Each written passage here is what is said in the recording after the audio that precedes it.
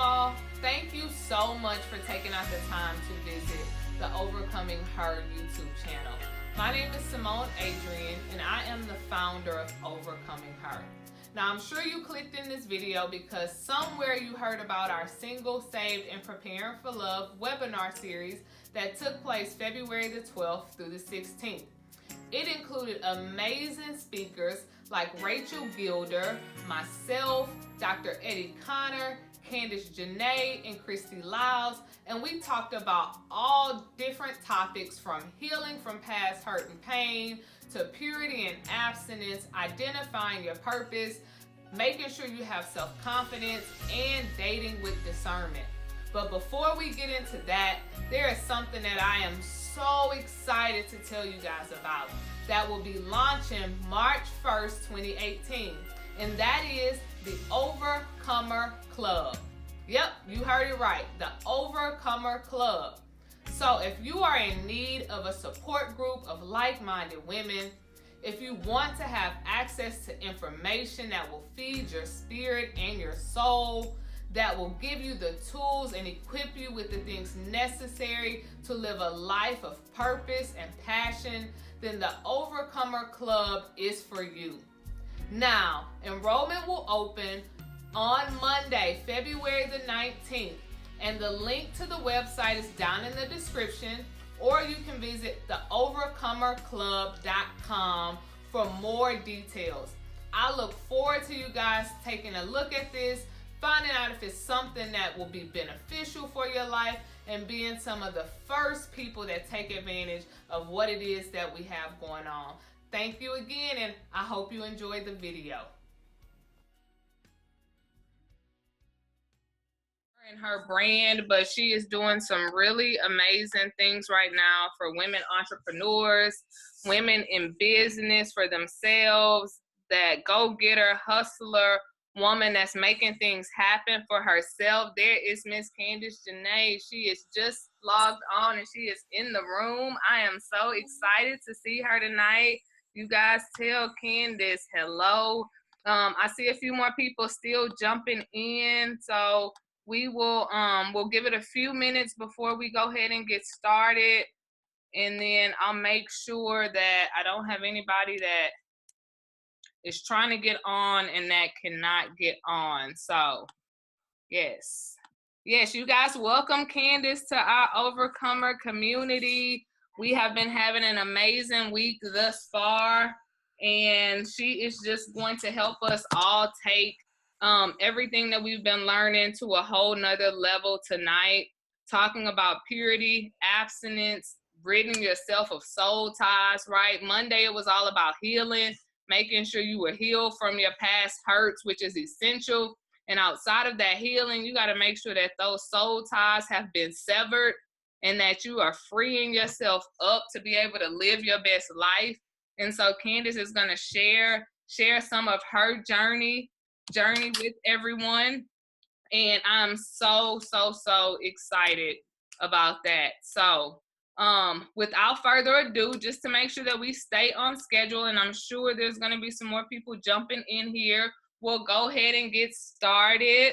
And I will go ahead and turn it over to Candace so that way she can actually introduce herself to you guys as well in a more formal kind of way.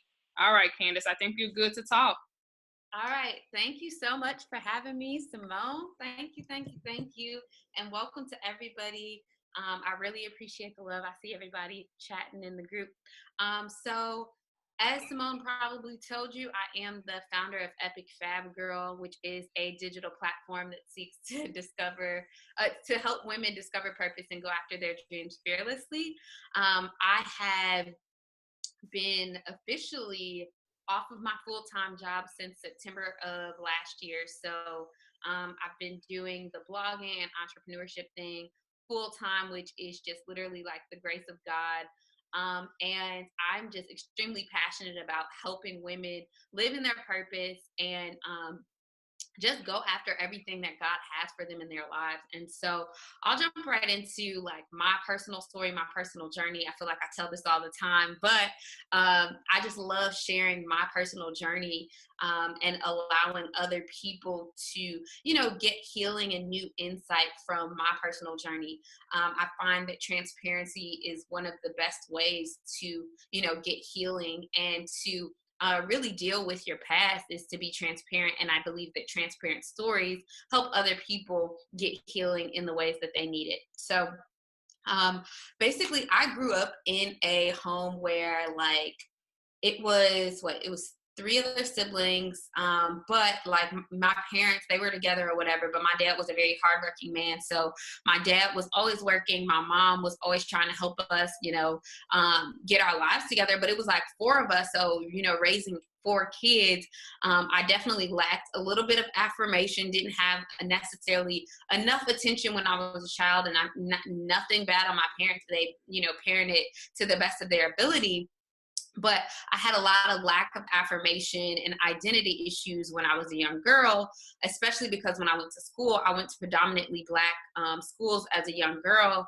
and I would always get made fun of. They would be like, "You're mixed, you're white, you're this, you're that," and I would be like, "No, like both of my parents are Black, like please stop." Like, and I remember like just feeling like so kind of like rejected and unwanted. And I didn't really realize the effects of that on me until I got older, and I was like, "Oh, that's what was happening on the inside of me." But basically, I just had struggles with, you know, the way that I look, with my personal identity, and I also had issues with the way that I was shaped. If I stood up, like you would see that, you know, I'm pretty, what people call thick or whatever, but I was thick before thick became a thing, right? Like before people were, you know, saying, "Oh, like this is such the thing," like, "Oh, you know."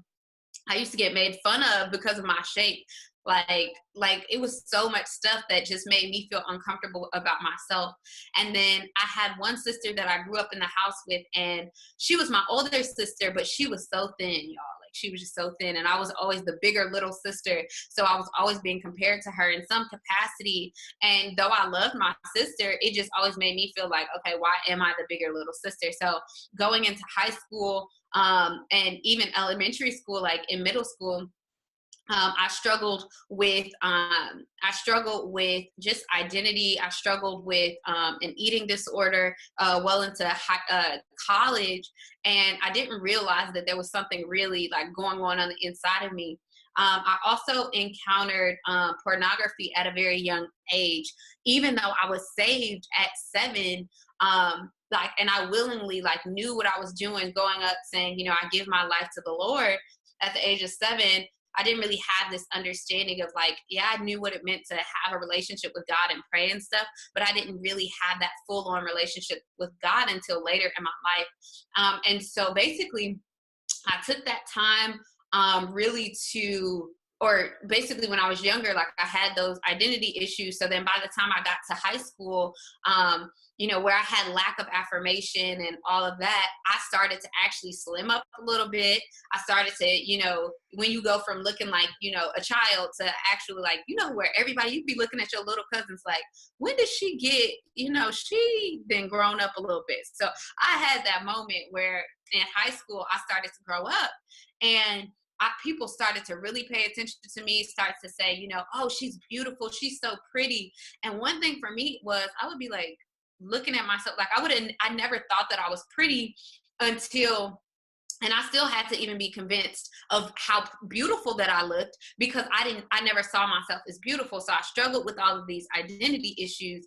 And then in high school, I started to get attention from guys. And that was, I remember looking back at my journals when I was that young and seeing like, okay, that I was like, this is the first person that really accepts me and loves me for who I am, thinking that this 15-year-old boy, me being 15, that we were in love with each other. And literally at 15, I gave myself away to a boy who never had the ability to truly love me. Like we thought we was just going to be married and all this stuff. It was pretty hilarious if you look back at it. But I started having sex at a very young age, and I was also introduced to pornography at a very young age. And to be quite honest, if it were not for my exposure to pornography, I would not have been as open to having sex, to be quite honest. And so I went from this girl that, you know, I was exposed to pornography through other young kids or whatever, but I started to seek it out on my own. It was kind of like an addiction, basically. And so from the age of 15 to my early 20s, I was in and out of ungodly, negative relationships. And to be honest, like, no, not all the people were bad people, but there were instances where basically I was giving myself away to people that did not deserve me. So I remember, you know, being in relationships where I'm like, okay, so we acting like we together, you know, we doing everything that boyfriend and girlfriends do, but why we ain't got a title? Or, you know, being like, how come, you know, or just finding out that I was getting cheated on, or finding out that I was the side girl, or finding out all these instances where I'm like, okay, wait, pause. Like, nobody, like, everybody tells you, like, don't have sex, but nobody tells you, like, all of the heartbreak and all of the brokenness that you get from those experiences, from having, you know, a hot and steamy night with somebody to next thing you know, you guys are actually having sex, and then the next day they don't acknowledge you, or they don't call you, or they don't call you back. So I've been through pretty much some of it all, and being talked about even in high school for the number of guys that I even was engaged with. And even in high school, I was very popular, but most people would have never known that I had, you know, identity issues. I was the popular girl. I was nominated for, you know, I was homecoming queen my freshman year in high school. So even beyond like all of that stuff going on, I had these serious identity issues. And, you know, I based so much of my identity off of like what other people thought, and particularly like what men thought. And so I was in and out of relationships. I was the girl that was literally, until I was like in my early 20s, like basically in a relationship. And it was just really crazy because I got to my, I was in college and I was with a guy for about 2 years. And I remember just feeling like no matter what in all the relationships that I was in, because I was praying and I was always, you know, had this relationship with God, to the point where I would like, me and my boyfriends, we would like, my boyfriend, we would like get up, we would like sleep together and then wake up and go to church together. And we thought nothing was wrong with it. We were just like, oh yeah, this is life, whatever. And then like I started to get really convicted about this stuff. Like I was just like, man, like I know this isn't right. I know we're talking about marriage and stuff down the line. And this one particular guy, like we were talking about marriage, but it was kind of scaring me because I'm in college at this point, getting ready to graduate soon. And I'm like, okay, God, you know, basically I went back, like it was Christmas break. I went back home. And my boyfriend at the time, he stayed back at school. So I had time to kind of be by myself.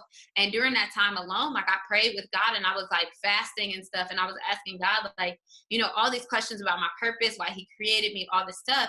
And in that process, I remember asking God, like, you know, if this isn't the person that you have for me, I know we're talking about marriage and like, y'all, I was in love with him. Let me tell you that. Like, I was an AKA, he was a Kappa on campus. Like, we were the hot thing. Like, everybody was like banging with us, right? So, like, he was a great boyfriend, to be quite honest. And honestly, I was just like, okay, God, I don't know if this is what you have for me, because in my head, the end all be all of my life at that time was being in a relationship, you know, with a guy. Like, you know, you go to school, you graduate, you get a good degree, you stay focused, and then you find you a man to marry. And like, that was like my thing.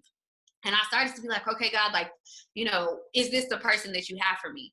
And I prayed a very bold prayer that day, which is so crazy that this even happened. But I was like, okay, God, if this, like I gave God an ultimatum. I was like, if this is not who you want me to be with, then guess what will happen? I was like, he will break up with me, and you know, and that'll be the end of it. Do you know that literally within that, like that same day I had prayed that prayer, I think within an hour we had a phone call, and the phone call lasted 2 minutes, y'all. In that 2 minutes, this man told me, he was like, I know that you're waiting until graduation to break up with me. And I know you don't have the guts to do it now. So I'm going to do it for you. I was like, wait a minute. Like, what is going on? He has no idea that I just prayed this prayer.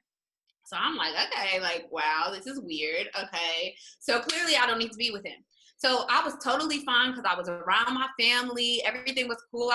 Honestly, you know, even that guy with our relationship, I had kept talking to him about like, oh, we shouldn't be having sex. And he was just like, you know, and it never really worked out. So of us trying not to have sex, we would go on spurts and then it just wouldn't work. And then basically, I get back to school, and this was the first time I was ever like by myself. Like, I'm 22 years old at this time, and I'm over here like sitting there and I'm by myself. I didn't know what it felt like to be alone. Now, it was crazy because I did 5 years in school. I did a 5-year program. So all my friends that I had really gotten close with graduated after 4 years. So I had gotten used to just hanging out with my boyfriend, being with him all the time. So now I went from being with him all the time to not having anybody to be with, and realizing that I had basically stiff-armed all my friends. You know, I would always cancel plans with them to be with Bae. Like, I was always making him a priority in my life. So it was crazy that, you know, now, yes, I'm in school. Yeah, I'm finishing this degree, but all of this stuff is going on where I don't have anybody. So I really went through a season of depression of like, because I had dealt with so much, you know, like my identity was so based in being in relationships. So I'm like, oh my God, what am I going to do? He broke up with me. Mind you, I get back to school and I'm still trying to call him, like, why he not answering my phone? Let's be honest. I would like, okay, I'm real raw. Like, so can I be raw? I'm not going to be explicitly vulgar, but I was over here trying to get the D again. Like, that's what I was doing. I was like, okay, well, like, I don't want to be out here with nobody else. Like, so I was over here trying to do my thing. And I'm like, okay, well, I don't know why he playing. Like, he didn't mess up my whole little flow, like, to the end of the year. And now I got to figure out what the heck I'm going to do. And so, like, even though I did not want to have sex, that was the reason that I had pretty much told God, like, I didn't want to be with him and stuff, because I felt like, how could we be getting ready to get married? And then we over here still having sex, and I know God doesn't necessarily honor that. Yes, okay, thank you. Okay, so I'm glad that I said that part, because, you know, some people be like, oh, no. But I was sitting up here calling him, like, why are you not answering? Like, going back and forth, sending emails, like, I love you. Like, he blocked me on everything, y'all. I was the crazy girl. So I was over here sending emails, like, I love you and I'm so sorry and blah, blah, blah, trying to get him to take me back. Mind you, we went back and forth a little bit, but eventually, like, we're not together. And it was dumb because, like, it was dumb because he just basically thought that I just was trying to figure out, you know, try out other guys before deciding that I wanted to be with him. It was just a really crazy thing. But from that point on, once we ended up like ending it, I still went. And basically he wasn't taking me back. So I was basically rejected by him. Didn't know how to act, didn't know what to turn to. So I was basically drinking all the time, doing all this stuff. And of course I wasn't thinking at the time like, oh, I'm being an alcoholic. But I seriously was just like, okay, well, it's the weekend. I'm about to go out with my friends, and we'll overdrink and we'll end up sloppy drunk doing dumb stuff. And then I ended up having an instance where it was actually around my birthday. And what was crazy was my ex-boyfriend at the time, his birthday was the day after mine. And because his birthday was the day after mine, y'all, and my birthday is this upcoming Friday. So, like, just so y'all know, like, my birthday is right around Valentine's Day. And, you know, I'm over here, I don't want to be by myself. Like, this is not cool. Valentine's Day by myself. And, you know, I didn't want to go out in the same city, and then ended up bumping into my boyfriend. Like, my ex, I was just like not trying to have that. So basically I ended up going to a different city to see this guy that I had been talking to long distance for, you know, a little bit of time. And I end up out there, y'all. He's whining and dining me, takes me out for Valentine's Day. I'm over here like, yes, like getting treated like a queen. Yes. Oh my God. Yes. Great. Right. Okay. No, not great, because literally the day going into my birthday, like, we went out the night before my birthday and we stayed at one of his friends' houses, or like we pre-gamed at one of his friends' houses. Thank you for the happy birthday wishes. We stayed at one of his friends' houses that lived like right across the street from the club. So we were trying to plot like, okay, we're not going to be doing drunk driving. So like, let's just stay here or whatever. So we all come back from the club. Like, mind you, I'm drunk, belligerent. Somewhere, somehow, the guy that I was with was passed out drunk. And here I am. And I remember bits and pieces going in and out. But his friend took advantage of me. So it was one thing to be promiscuous and do whatever I wanted to do whenever I wanted to do it, because that was my life before. But it was something different about being taken advantage of by somebody who you didn't want to have sex with. Like, what are you doing? And I remember like, well, I don't really remember much. I remember after the fact going back to St. Louis and being like, okay, God, like what happened? Like, how did I get to this point?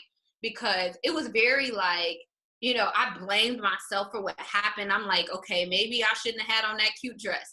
Maybe I shouldn't have been so friendly with his friend. Like, I'm over here just being nice because I'm a friendly person. Like, all these different things. And so I started to blame myself for all of that. And then, like, just not knowing, like, what really happened. Because if you've ever been drunk where you're like, you remember some stuff and you don't remember other things, like, it was the scariest feeling of knowing that there were moments where I was like, don't touch me, but I don't remember the rest. And it was just a crazy downward spiral after that. Like, I definitely dealt with like figuring out what happened that night.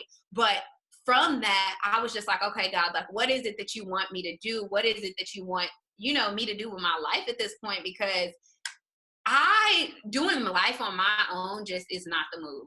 Like clearly, like doing life on my own, doing things my way is not, you know, the move. So I began to just like pray and stuff and like really ask God, like, okay, what is it that you want to do with my life? And I remember sitting and listening to, like, I used to listen to Spotify all the time. And I was listening to just worship music and stuff. You know, I had cut out all the, you know, like at the time, Trey Songz and Drake and Junee Aiko. Those was like my go-to songs. I had to cut all that off because I was about to be in my feelings. Drake, I have you acting like you need to run back to the next nigga. Sir, man. But seriously, like, sorry. But he'll have you thinking that you need to run back to the next one. And you like, nah, bro, like, that's not it. So I had to really cut off all that music. And I started listening to worship music. Y'all, her realness. Okay, thank you. That's just me.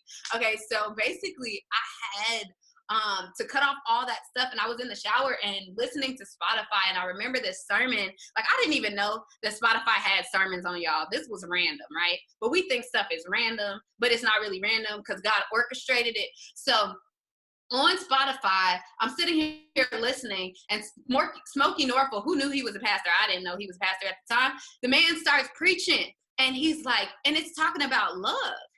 And he was like, the society we live in has us thinking that if we're single, that there's something wrong with us. They have us thinking that if we're alone, then nobody wants to be with us. And then that means that there's something is wrong with us. And he was like, what we've got confused is that what we have confused is the source and direction of our love. We're looking for love in all the wrong places. And if you realize that if what you consider to be love has no remnants or resemblance to God, then it cannot possibly be love. And I was like in the shower crying, like, what in the world? Where this came out of nowhere. And I know this sounds like so cliche because I was the smart girl, mechanical engineer, MBA, like doing all this stuff. But I didn't have this basic concept that I was looking for love in places where I could never get love from, because I never knew truly how to love myself. I never knew truly how to understand what it meant to be loved by God in all of my mistakes and all of my mishaps. So I'm sitting here in the shower like, what is it? Like, it was one of those moments where I was like, who pressed play? Like, what is going on in here? And I just remember just feeling like, man, like, I thought that there was something wrong with me because nobody wanted to be with me at the time. And I thought that I needed to be in a relationship with somebody. And to be honest, at that point, I had made a decision, like, I don't want to have sex anymore, right?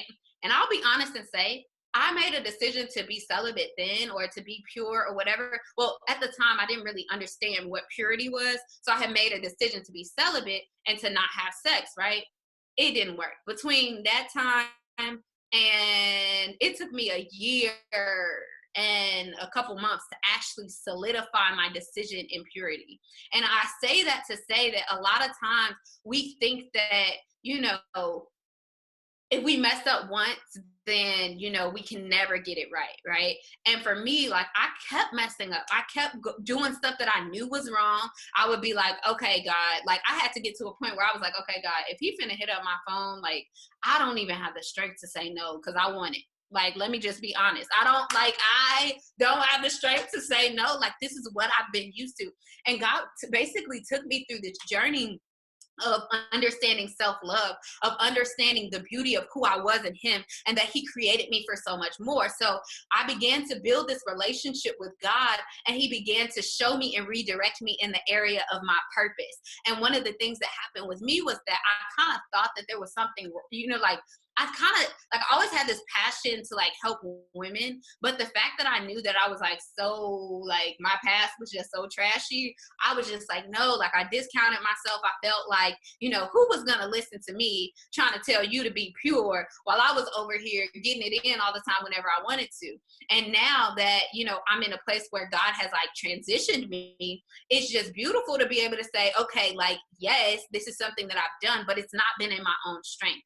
And so every time I tried to pursue purity on my own or be celibate on my own, I ended up failing because I was trying to do it in my own strength, and I didn't truly understand the concept of what purity was versus what celibacy was.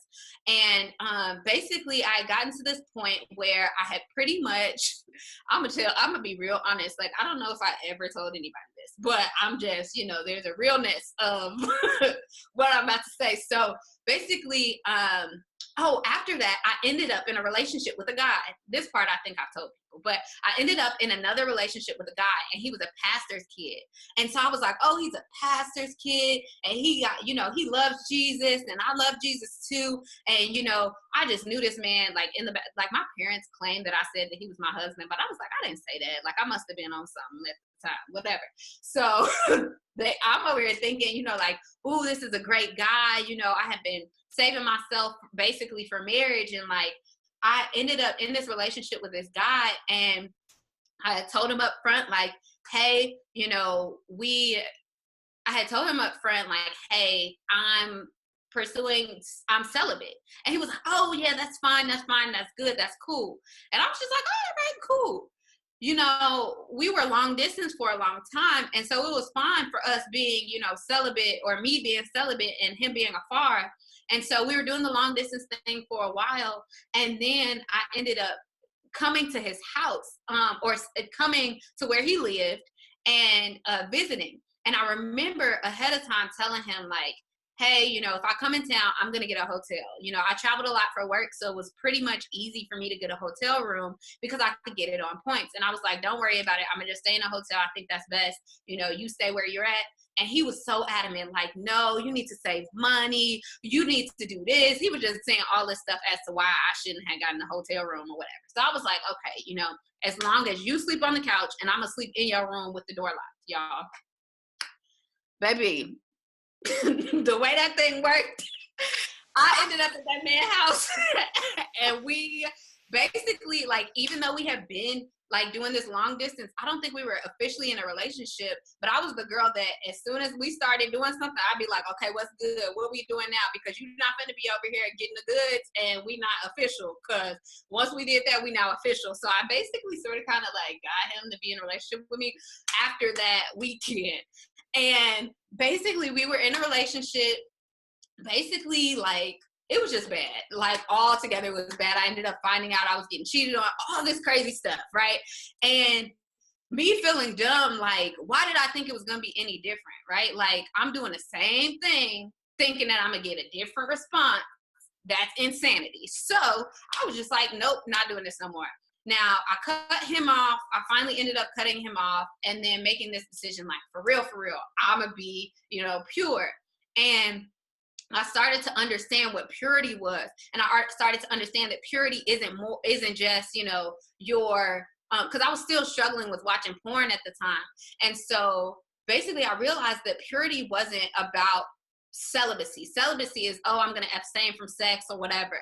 But purity is about your mind, not allowing your mind to engage in stuff like that. Like, why would you sit and watch porn and not expect for your body to want that or to have that, like that's feeding your mind and your sexuality. Why would you do that? And then in the same vein say, oh yeah, I'm going to go out there and be celibate and not have sex with someone, or I'm going to just masturbate, or I'm going to just, like get oral sex and that's fine because, you know, I'm not having sex for real, for real. And like, that was my mentality for a long time. I thought that was celibacy. I thought that was, you know, I'm not having sex, so I can do everything else but it. And it was just like, that's not how it works. Okay. So I started to understand that purity was more so about a mindset about being made whole and really pursuing after the things of God and doing like everything in your life being pleasing to God and not just, you know, your sexual walk, right? And so after that, I had made a decision like, hey, I'm gonna be pure, whatever, y'all. Then now I'm being so honest because I feel like I think people think, especially when you've had sex before, it's sometimes it can be just hard to cut something off completely cold turkey. And to me, like, you know, I failed multiple times, but one of the things that God will always show me was that he would show me this vision of a baby. And I would see like this baby in a pamper, and the baby would start crawling, get up and walk, and then fall. And I would be like, okay, that's weird. And I'm like, what are you trying to show me? And he was basically showing me that he didn't expect perfection, you know, while I was in the state of maturing. I didn't, you know, babies have to crawl before they walk. And if a baby falls, they don't get mad at the baby and yell at the baby like, why did you fall? Like, why? And sitting there and condemn the baby for falling. And that was the vision that God gave me. Like, there's no condemnation in Christ. When you turn from your wicked ways and you turn from the things that you were doing, yeah, like, you can shift yourself, but he doesn't expect perfection. And that was what always kept me going. And he always poured out his love on me despite everything that was going on. So for me, that was really huge. So even after I had, you know, ended up ending that relationship, I think I was pure for about another 4 months, right? And then I had a date, and I went on a date with this guy. And I remember, now mind you, let me tell you how temptation is real. That entire summer, the guy that I used to date, like way back when, or like, and this was one of the people, and I'm being so frank, like, this was one of the people who I had one of like the most pleasing sexual experiences with. So I was just like, ooh, like, keep him away from me because I don't want none of that. And so basically I ended up like, that summer, like, we were always in different cities, so we were always flying to each other. And this was the first time ever in our whole time of like knowing each other. He would like fly to Chicago to see me. I would fly to different places to see him.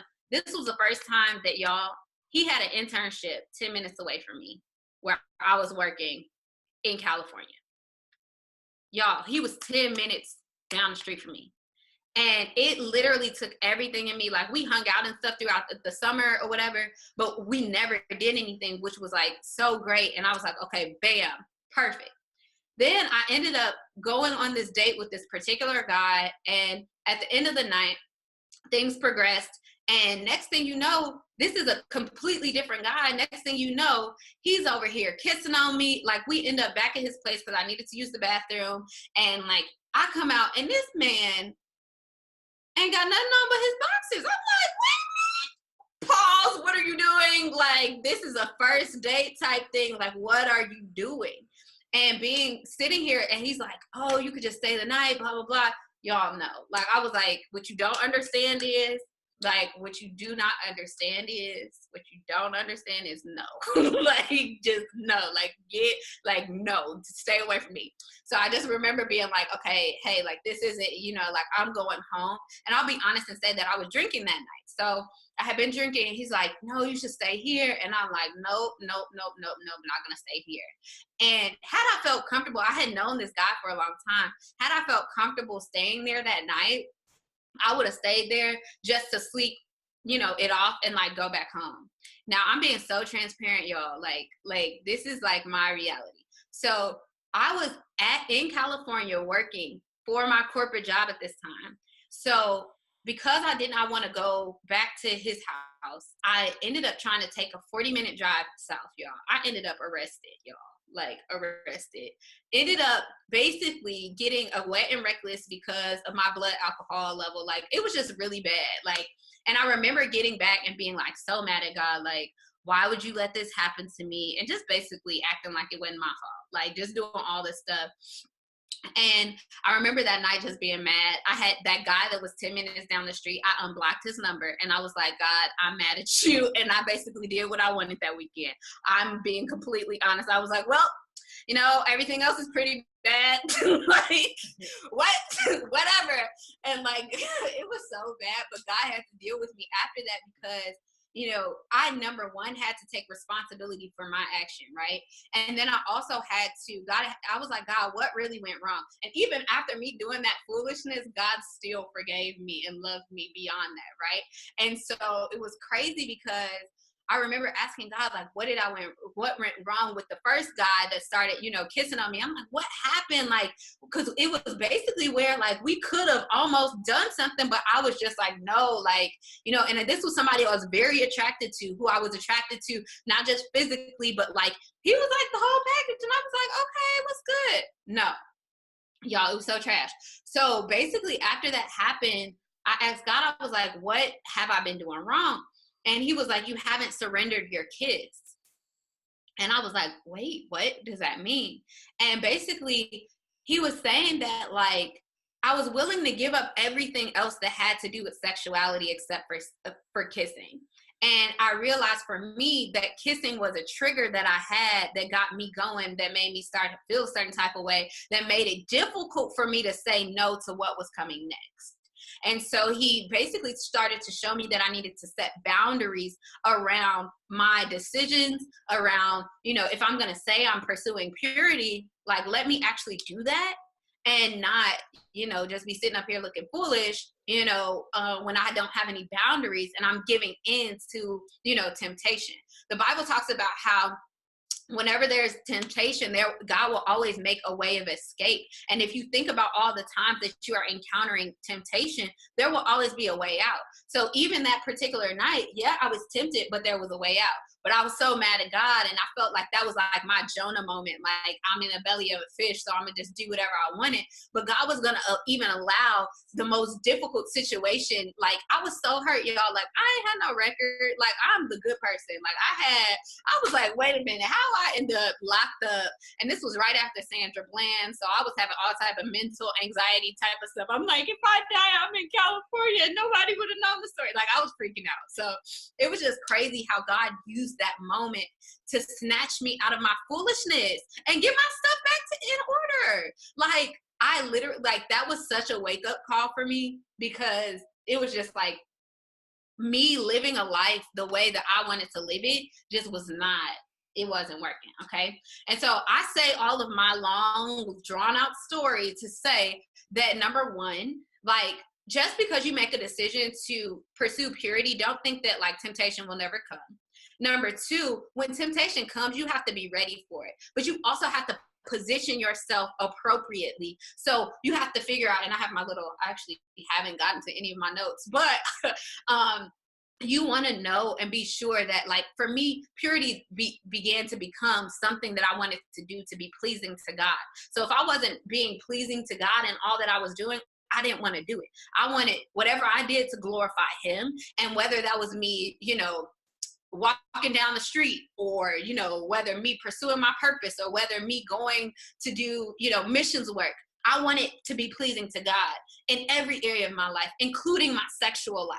So for me, that was a really big thing. And I had to really deal with, you know, healing from soul ties, getting deliverance, all that stuff. But it's really important for you to assess your past, take and accept responsibility for it, but to forgive yourself for even the decisions that you made. Because for me, I was very, like, you know, shameful about, you know, the dumb decisions that I felt like I had made. And I almost couldn't get past it and thought that it wasn't possible. And so I'll go to, like, my actual notes. And I have basically 6 steps to basically living a pure life, and living a life that's, like, you know, poured out to God. But for me, the big thing was, like, God, what is it that you want from my life? I want to be pleasing to you. How do I switch? And the real thing that made the switch for me was I couldn't do this in my own strength. It was something that I was trying to do on my own for so long. And it wasn't until I invited God into every single one of my decisions that I started to have more appropriate boundaries. Because once you start to, ask God, like, hey, how do you feel about this? You're going to be like, okay, I don't even need to ask him yet, because I already know he is not going for that, right? And so as soon as I started to invite God into my decisions was when I was able to truly like live my life in a pure form and to not fall to temptation. Now, by the grace of God, it has been 2.5 years since I've even kissed anybody, y'all. Like, and I like what y'all don't understand is that is just such a testament to God's goodness and his faithfulness, because there was a time where I would have never thought that would have been possible, y'all. Like, I would have been like, whoa, like, I would have never, like, if somebody would have told me, like, Candace, you wouldn't be, I would have never thought that was possible. But I also want to say that, I remember when I first started, my official celibacy walk, right? That I remember people being like, how long has it been? How long has it been? People have been like 3 years, 4 years for me, 9 years. And I'm over here like 2 months. But it's like, don't feel bad about where you are in your journey. Keep it going. Like, literally keep it going. Because I used to be like, man, it's been a bit 2 months and I don't know if I'm going to make it another 2. But it's like, you allow yourself to like give yourself completely and fully to God. That has been my way to really go after this purity walk. And like I said, God shifted me to a place of purpose. That was when I started launching Epic Fab Girl. That's when I got ready to do all these other things and starting to focus on my purpose and what God created me for. I didn't even have time for the boys really anymore, because I was so focused on what God was doing in my life. And so I felt like I realized that there was something that God wanted to do and accomplish in my singleness. And it's okay that I'm alone. It's okay. Like, I hadn't been on a date in like the last date that I had was the night I had gotten arrested until earlier this year. And I ended up going out on a date with this guy or whatever. Even then, like, God had to show me, because I was like, okay, am I going out on this date with this guy because I just miss being like desired by a man, or am I going on this because this is what God wants for me? Granted, I prayed about it ahead of time, but like, and I went on the date, but after the fact, I really realized, like, I didn't really like homeboy for real. I just was like, ooh, let me, I haven't been on a date in so long. Like, let's see what's good. But I think it is, it showed me even that there are men out there that respect my walk with God, and they respect, who I am as a woman, and wasn't about to push those boundaries. And so the 6 steps to living a pure life. Okay. So know your why is number 1.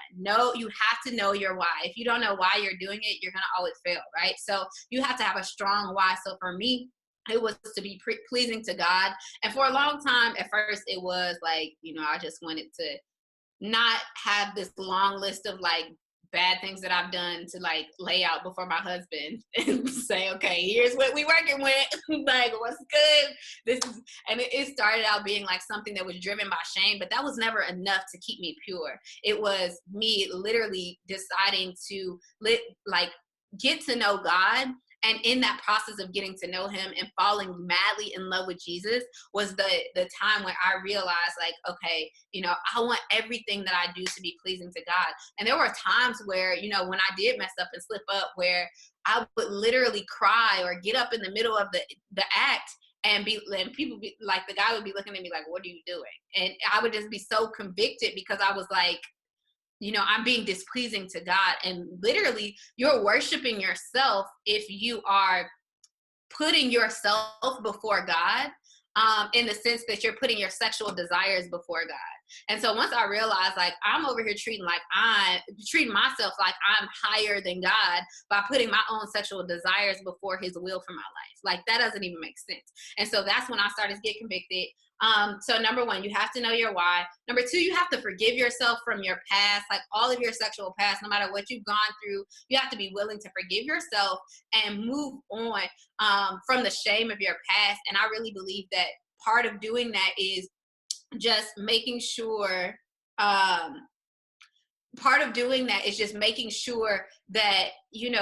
you go to God and know that like your sins were already forgiven. Like these are things that God has chosen to forgive, and you should not hold yourself accountable for things that you've done in your past when God has forgiven you.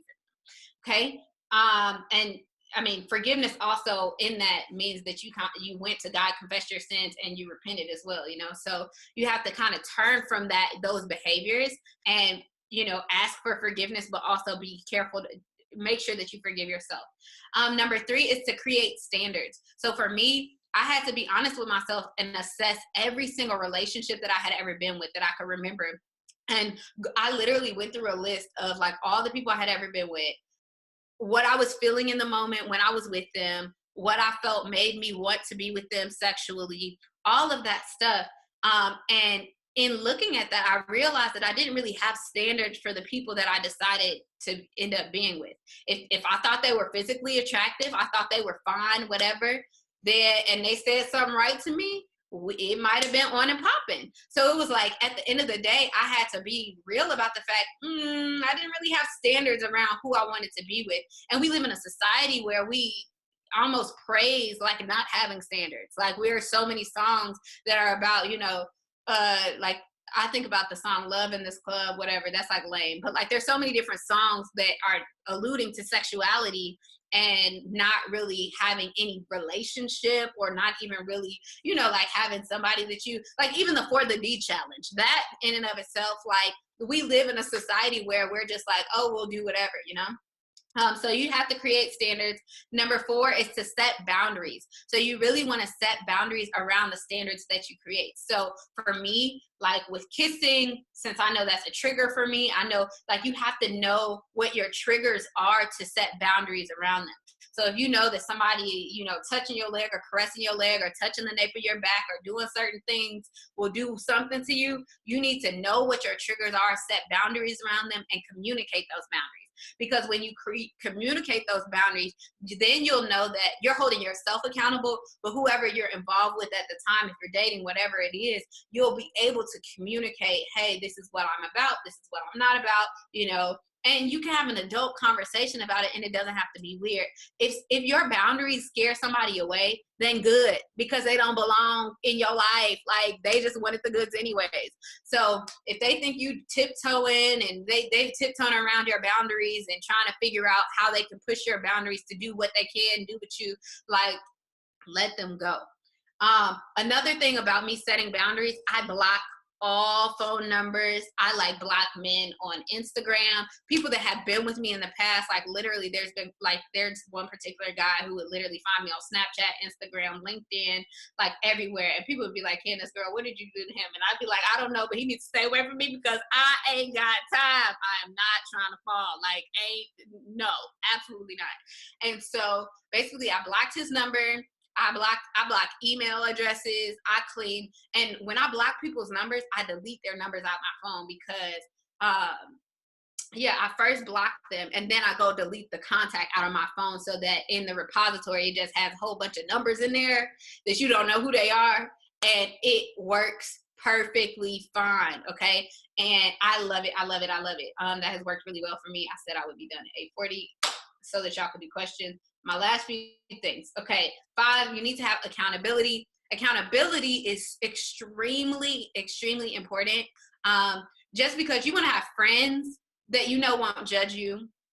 You want to have mentors that you also know won't judge you, but you want to communicate not only your boundaries, but like your decision to other people around you so that they hold you accountable to it. There was a time that, within the past year where I was tempted. And there was a moment where I was like, oh my God, I feel a certain type of way. This is, I'm not ready for this. I haven't had an encounter like this, in a while, and I don't know what to do. And it was with a guy who I was extremely attracted to. And I was like, So I got to, on my phone, texting my friends and telling on myself, like, this is how I feel right now. And he is fine. Get him, pray right now. Like, I'm literally going in, like, y'all gotta pray. Y'all gotta Right? Y'all gotta pray. But literally, I had accountability and I was able to tell on myself because I knew that if I told on myself, they would speak sense into my head. And that's exactly what they did. They were like, you done came far too far. Ain't no, this is not worth it. Yes, God will forgive you, but no, we are not slipping up just for the sake of your momentary pleasure. Absolutely not, girl. Get away from him.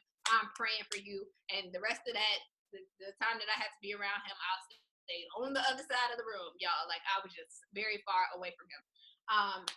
So having accountability is great, but having accountability that you can trust, be vulnerable with, and tell on yourself without being judged is truly key. And then number 6 is you have to do it with the help of God. Like you cannot do this by yourself. Like trying to be pure on your own. I'm sure if you take an assessment of you trying to be pure on your own, it just ain't gonna work. It never worked for me, especially when you come from a place of dealing with perversion and soul ties and all that stuff. You know, a lot of times when we go back to people like, why do I end up keep going back to him back time and time again? You know, and he did me dirty. Soul ties. You need to really deal with the deep, dark places of your soul. And how you do that is spend time with God. And then you get into a church or read some books about deliverance. A great book is Pigs in the Parlor by Ida and Frank Hammond. I think that's their name. But it's a pink book. It's called Pigs in the Parlor. I used to be doing self-deliverance, praying over like perversion, all this stuff, to really just get it out of my life. So I'm going to be quiet now so that you guys can ask whatever questions you may have. But I really appreciate y'all for being attentive, you know, giving the feedback. Scared I might curve the one. Yeah, oh, girl, don't. You ain't gonna curve and if anybody else, first of all, thank you so much for your level of transparency tonight, Candace. I think that, you know, women definitely needed to hear that, and knowing that you're not by yourself in that struggle and that slip ups and mistakes and stumbling, like that's a real part of the journey. And that something was learned along the way in each one of those times. So, ladies, if you have any questions, definitely type them in the chat box. I did see one question from Yvonne. She said, how long are you going to stay celibate? And she's scared that she might curve the wrong one. So, Candace, for you, like on your journey, on your purity journey, you know, do you have the fear of, you know, if you meet somebody and they could possibly be the one that letting them know that, you know, you're on this purity walk could potentially, you know, ruin the potential of getting to know the person? How do you handle that? Yeah, so the first question about how long am I going to stay celibate or pure? Basically, purity is actually something that goes even beyond marriage, right? So purity is like, so I plan on being celibate or abstinent until I married my husband, right? So I'll have sex with my husband, but I still will remain pure in my relationship with him, because if I don't check that, like, this is me practicing for marriage, because that doesn't mean that immediately when I get married to somebody that everybody else that was fine before just ain't gonna be fine anymore. Like, I still, you know, like, you will be faced with temptation. People cheat on their spouses all the time. We hear about it. Why does that happen? Is because they have undealt with lust issues. So that's why purity goes beyond just the context of being single. So you're gonna still remain pure in your relationship even when you're married, right? And so about being scared that you might carve the right one, to be quite honest, like I said before, if your standards and your boundaries are pushing somebody else away, then they don't belong in your life. Like, and, you know, you have to convince yourself that you're worth, you know, like that you deserve being with somebody who doesn't, you have to convince yourself that you're worth being with somebody who values, you know, your purity journey. You have to convince yourself that you're worth that. One of the speakers at my conference, I'll never forget when I first met her, and she told me her story. And her story is so phenomenal. She literally was a stripper, like was doing some of everything, right? Y'all, she was a stripper.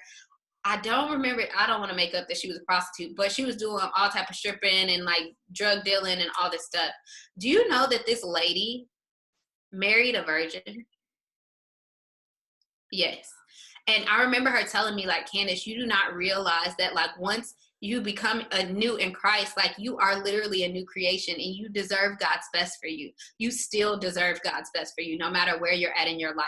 And for me, that was mind blowing to see that, you know, someone who had literally had this crazy sexual past that God was able to redeem them from that. And, you know, her standards drew the right one. Like it was her standards that brought the right person into her life, instead of thinking like, oh, my standards are going to push people away, or me being celibate is going to push away the right one. No, like celibacy will bring the one who knows that you're worth the walk to the altar. They will be the one that will come and know your value and will treat you as such. So I just think that, yeah, don't be afraid. Yep, perfect. That's great. So with today being Valentine's Day, and happy Valentine's to all of the ladies that are in the room. I'm so happy you guys decided to join us today. I know you said that it has been a while since you've been on a date, you know, since you've actually had that interaction from the opposite sex. Like, you know, do you have moments where, you know, it's kind of discouraging? And if you do, how do you manage that? How do you keep yourself, you know, kind of focused and on the right path? Share that with us. Yeah, I definitely have moments. I'm not gonna lie, like I very much so, and it's not necessarily moments about like sexuality, but it's more so moments about like affection and being wanted, or like liking someone and not knowing if they like me back, or like trying to get a affirmation, like just weird stuff like that. And so, sometimes I've been through, like, I'll never forget. I'll give it a story. Okay. So basically, one of my best friends got married, like not this past New Year's Eve, but the New Year's Eve before that. And I remember, like, it was a great night. Everybody had fun, but like everybody was dancing with somebody, and, you know, having a good time. And I'm over here just like sort of kind of like vibing, you know, but I didn't have no partner or whatever. So I was like, it's kind of annoying, whatever. And I remember that night, like just in that moment, writing, like, getting out my iPhone, writing a note, and like saying exactly how I felt, because I wanted to be able to look back at that moment when, like, later and say, you know, like it was all worth it. But I remember just sitting there being like, man, like I got all this stuff going for myself. I got my own job, got my own car, pay my own mortgage, like just saying all this crazy stuff. Basically, like, who could not, that sounds so bad, like who could not want to be with me? But I basically was like, you know, I, you know, look great, take care of myself. You know, I am very focused on my purpose. I'm very focused on all these different things. And I just did not understand at the moment. I'm like, why am I going into yet another year by myself? Like, why?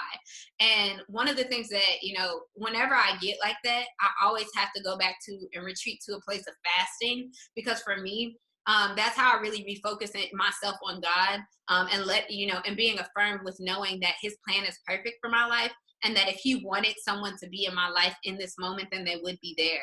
And so for me, I was just like, okay, you know, it is what it is. You know, when I get to those moments, you know, I call my friends. I do call my accountability partners. Like, I had a very vulnerable moment with one of my other friends, last summer, and being like, you know, I feel like there's something wrong with me. Am I doing something wrong? Am I too strong-willed? Am I too this? Am I too that? Did someone not, you know, like, why am I still by myself? And I had a lot of moments like that. But what God was showing in me is that, you know, that residue of the past of really not being affirmed and like looking to men for affirmation and stuff, like it takes time for that stuff to like kind of clear up off you. So for me, God was really clearing me of that residue of my past so that I could walk in the fullness of what He had for me. And I mean, I called my friends and stuff and was like, bruh, like, I feel like something's wrong with me. But in those moments, I always had people that would speak life into me, that would pray over me, that would say, you know, hey, Candace, like, it's all good. It's okay. There's nothing wrong with you. When you meet your husband, you're going to laugh at this. Like, we would like turn it from a sad, sorrowful thing to me laughing at the fact that it'll all be fine. And I actually wrote a blog post about about it on Epic Fab Girl. It's called A Baddie But Still Single. What to say when other people ask you like why you're still single. And at the end of it, I basically said, like, this spoiler alert, but at the end of it, I basically said, like, you know, you don't owe them anything, right? Know that yes, you are the bomb, but could you know when people be like, girl, you got your stuff together, you doing all this amazing stuff, you don't got no boyfriend? And you like, no. And it almost takes those positive things that they just said about you and you turn it onto yourself like there's something wrong with you. Like, oh, I got all this great stuff going on, but something must be wrong with me because I ain't got no man. And so for me, I had to transition myself into thinking that whenever I have moments like that, I'm going to turn to the right people. I'm going to turn back to God and basically remind myself that, you know, I'm going to be prepared for those questions in the future and I owe them no response. And yeah, that's it. So Diana asks, what type of fast do you do? Sometimes whatever, like I'm very Holy Spirit led. And I say that because even in my walk with impurity, like I'm very led by the Holy Spirit. Like God even told me that he was strategically preparing me for my husband by teaching me to follow the Holy Spirit. And so that was like really big for me. But when it comes to fasting, I just focus on whatever the Holy Spirit wants me to focus on. So whether it's, you know, some people do social media fast, some people, you know, fast from like there's some days where I would literally turn off my phone, put it on airplane mode. I would, you know, shut off everybody and everything and just spend time with God, worshiping, reading my Bible. And, you know, I wouldn't eat anything that day. I may drink something. There are other days where, you know, I feel like God is like, go on a 3-day fast and I'll fast and I won't eat anything and I'll hear his voice a lot more clearer. There are times when I do a Daniel fast. So at like the beginning of this year, I did a Daniel fast for 21 days. And that really helped me get focused for the new year. And so like fasting will not only help like one particular area of your life, but it bears fruit in so many different areas because you're able to shift your focus and your perspective to the perspective that God has for you. And a lot of times we're looking at what we can see and you're almost like, you feel defeated because you're looking at your current situation, but you don't have to be defeated because God knows like your future and he knows the plans that he has for you and they're of good and not of evil. So even when you think about, you know, God's plan for your life, it's amazing. And you can trust that at the end of the day, like you don't have to worry about any of that. Just spend your time in his presence and you'll get refocused on the things that you need to focus on. That is great. Thank you so much for that. So I heard you mention briefly Epic Fab Girl in the conference. Tell the ladies about what you have coming up in March. And I'm excited because I will be there, but I definitely want Candace to share with you guys what's to come. Yes, I'm super excited. So Epic Fab Girl is having our Go Getter conference. Thank you so much. And it is March 23rd and 24th in Chicago. We have a VIP day on that Thursday. And basically, if you want to find more information out about it, it's at gogetterconference.com.